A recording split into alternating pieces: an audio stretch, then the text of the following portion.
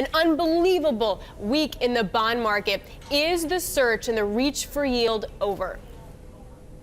So an unbelievable week in many ways. So you have seen a pricing of reflation in the US, fiscal policy to be increased in the US, and the possibility of a somewhat faster Federal Reserve.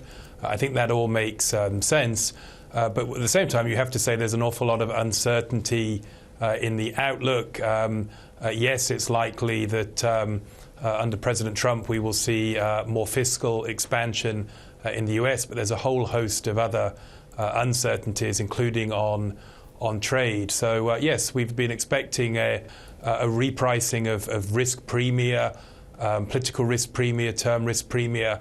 We're seeing that, but there's still a lot of uncertainty in the outlook. So Andrew, I'm hearing from you that maybe it's a buy the dip. I mean, is the re-rating and risk premia sustainable, or at some point do the buyers come in?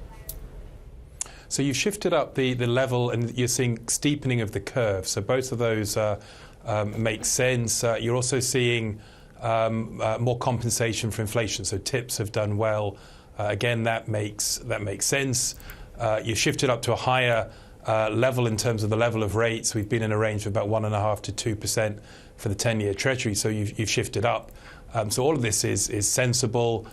In terms of how much further it has to go, yes, you're going to see some fiscal response in the US. There's still a whole lot of uncertainty, though. The rest of the world, asset markets, emerging markets, some of the European markets are clearly reacting more to some of the downside risks to global trade, the greater political uncertainty in the US. So from our point of view, it's not all one-way traffic. We're not going to be making large adjustments in terms of how we are positioned following the moves you've seen the past couple of days. Andrew, let's talk about one of the moves and one of the lessons of the last week. It's been a lesson in duration and some of the risk out there. And I can pull up BTPs, the 2067 issue. When you look at that on my Bloomberg right now, we've had a move up to about 3.4% from 2.8. But the move of the bond, the price of the bond has come all the way down to 85.